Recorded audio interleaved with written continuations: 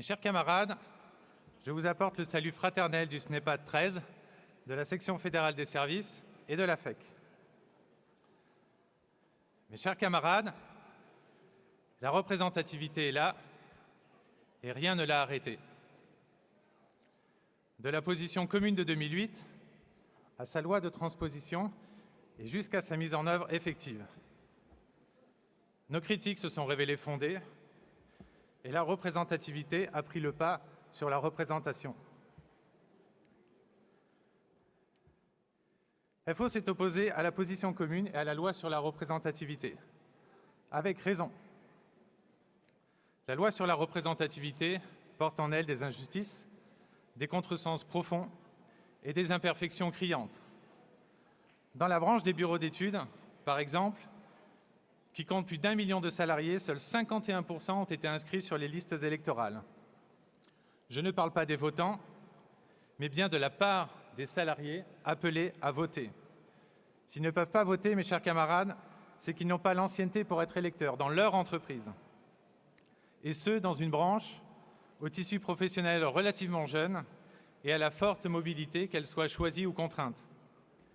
Dans le contexte sanitaire que nous avons vécu, des entreprises ont pu mettre fin du jour au lendemain au contrat de travail de tous les salariés en période d'essai. Autant de jeunes que l'on a privés de leur droit à choisir leur représentation dans l'entreprise, mais également au niveau de la branche professionnelle, comme au niveau national et interprofessionnel. Imagine-t-on plus criante imperfection quand on veut représenter les salariés, les défendre au présent et construire leur avenir. FO s'est opposé à la position commune et à la loi sur la représentativité, non sans raison. La représentation disparaît parfois, souvent selon les cas, derrière les mécanismes de la représentativité. Alors certes, l'État est garant de la tenue des élections professionnelles dans les PME et les grandes entreprises, mais il délègue très largement les élections aux directions. Les directions d'entreprise choisissent le moment des élections, notamment pendant les vacances d'été. Ils choisissent la branche professionnelle sous laquelle elles organisent ces élections. Elles choisissent les organisations qu'elles convoquent et parfois même les syndicats ou les organisations dites syndicales qu'elles souhaitent retrouver en CSE. L'État demeure impuissant à faire respecter le droit. Dans une grande entreprise, bureau d'études, où la direction d'entreprise même a porté plainte pour des soupçons argumentés de fraude de la part d'une organisation syndicale, aucune décision n'est intervenue depuis près de 3 ans. Ni devant la CNIL, ni au pénal, ni au civil en annulation de ces élections. FO s'est opposé à la position commune et à la loi sur la représentativité, nous le savons. Et nous avons déployé nos efforts sur la démonstration des méfaits de cette loi, parfois à nos dépens. De manière anecdotique, je relèverai l'action d'une équipe FO bien implantée dans une entreprise pour remettre en cause, avec succès, un protocole d'accord préélectoral. À raison, bien sûr. À nos dépens, toutefois. Sans élection professionnelle sur le cycle électoral précédent, cette implantation à FO n'a rapporté aucune voix. Il faut aller au-devant des élections, mes camarades, encore et toujours. Car un camarade FO qui se présente est un camarade qui conforte notre présence à tous les niveaux de négociation de notre organisation. Et je tiens à saluer ici, encore et toujours, le courage de ces camarades qui se présentent pour représenter notre organisation dans leur entreprise. Ils affrontent les coups les plus bas pour permettre la représentation FO des salariés dans leur entreprise, mais aussi au niveau de chaque branche professionnelle et pour les actions de notre confédération au plan national et interprofessionnel. Car mes camarades, la loi sur la représentativité est là et nous devons faire avec, sans réduire notre action à cette seule perspective. Car mes camarades, pour réussir une élection professionnelle dans ce contexte renouvelé, il faut que l'organisation tout entière se mobilise.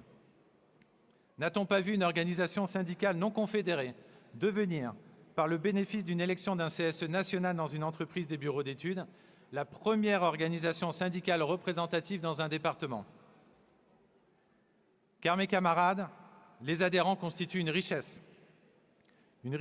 qui ne se dévalue pas en la partageant, bien au contraire. Pouvons-nous plus longtemps progresser dans nos combats en ne partageant pas nos ressources? en laissant prospérer des adhérents isolés. C'était un jeu dangereux avant la loi sur la représentativité. C'est devenu un jeu mortel avec cette loi. Alors je sais que de bonnes raisons expliquent une telle inclination. Je sais également qu'il y en a de moins bonnes. Si notre boussole est la meilleure représentation des salariés et notre toise la représentativité, ces raisons doivent être dépassées. À côté de ces mauvaises nouvelles, de meilleures peuvent être partagées, comme notre représentativité nouvelle dans la branche des salariés des commissaires-priseurs. Ce résultat vient conforter notre représentativité dans le cadre de la future branche des commissaires de justice qui réunira les salariés des commissaires-priseurs et ceux des études d'huissiers. Je profite de cet exemple pour saluer le travail coordonné entre la section fédérale, les syndicats des services départementaux 13 et 75 et leurs unions départementales respectives. Ce travail porte ses fruits pour FO, avec un développement des adhérents et des adhérents connus de tous et accompagnés dans leur combat au quotidien. Plus globalement, et dans des secteurs historiques, notre section connaît des résultats conformes à la représentativité moyenne de notre organisation. Mais elle est en retard dans les secteurs qui se développent en emploi, qui salarient des jeunes, des populations de travailleurs polarisés entre des emplois précaires et des statuts de cadre. Ce constat rapidement dressé semble rejoindre de plus grandes tendances. Qu'attendons-nous pour adapter nos structures et nos règles à ces nouvelles réalités, à ces nouveaux enjeux?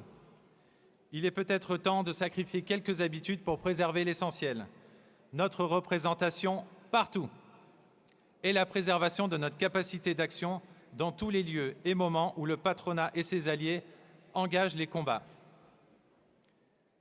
Et il faut saluer, comme il se doit, les actions menées par notre secrétaire général, Yves Verrier, en faveur d'un renouvellement de nos modes d'adhésion, de nos modes de préparation des élections et plus largement de nos modes de communication. Ce mouvement doit être poursuivi et amplifié par notre confédération au service d'enjeux renouvelés où le travailleur est l'alpha et l'oméga de notre action syndicale. Conclure, camarade.